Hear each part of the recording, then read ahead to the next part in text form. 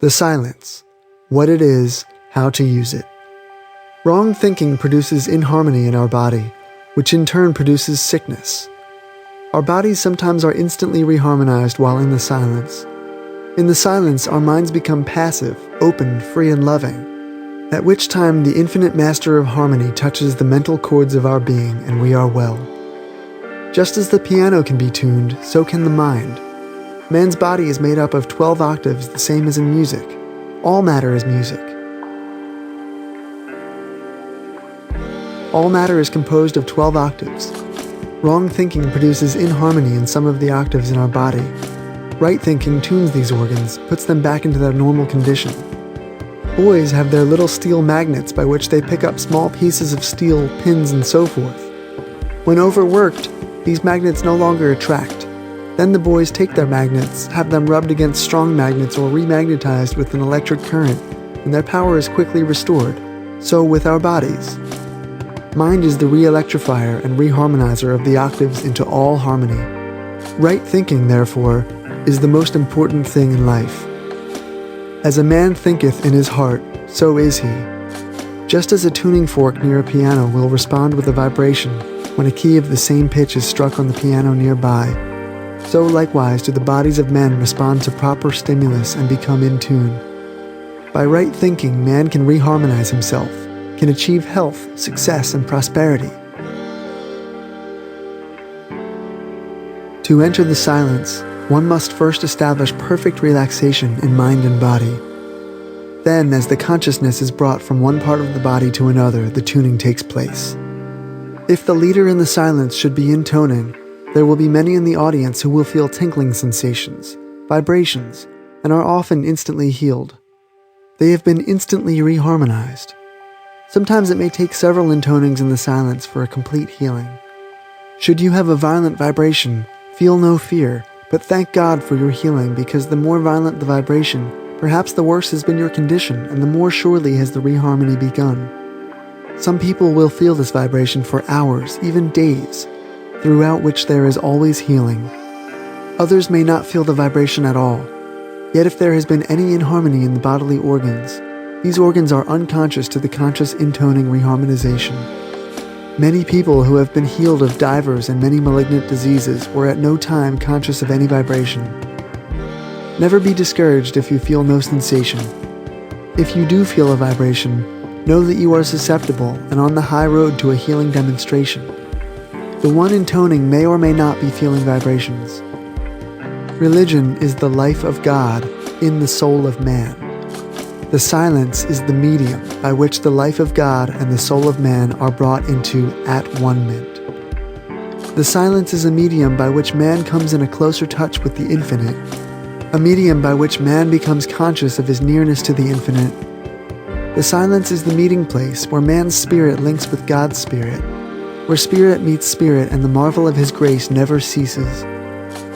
The silence is another way of praying, which is another way of concentration. It is another way of visualization. As a man thinketh in his heart, so is he. In the silence, a man can by his thoughts change his life, his conditions, his environment, his all. By right thinking, man becomes harmonious. A harmonious man, in tune with the infinite, is on the king's highway to health, success, abundance, prosperity, happiness, love, and peace.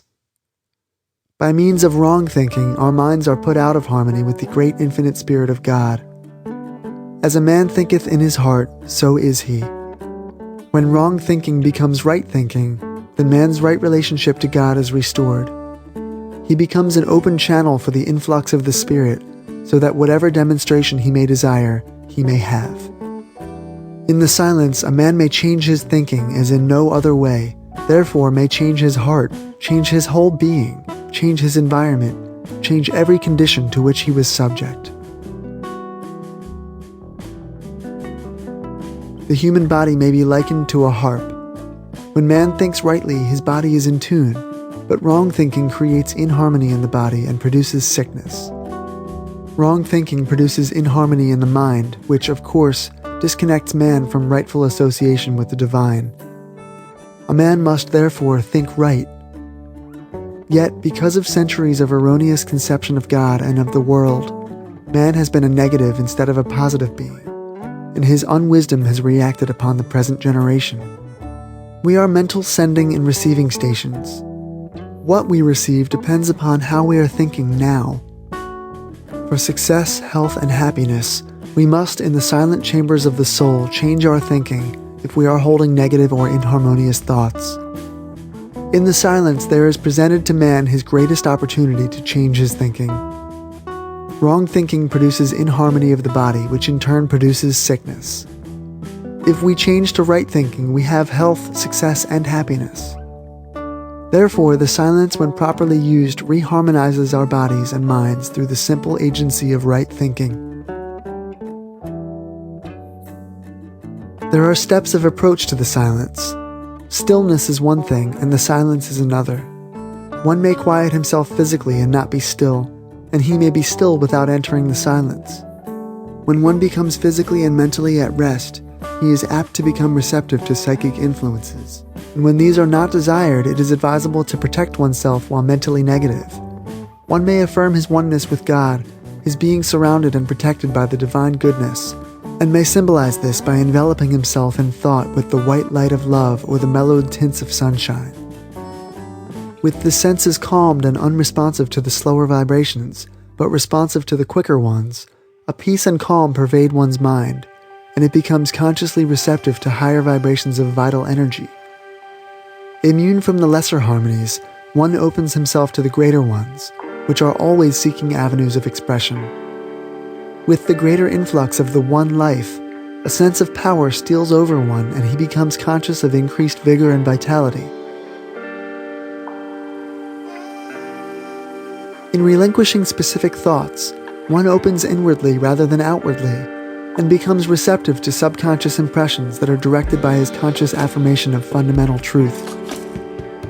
The subconscious responds by returning to the conscious the logical sequences of the truths that have been consciously impressed upon it. The subconscious follows the lead given to it by the conscious affirmations of truth, and it brings back the consciousness of those truths in their various ramifications.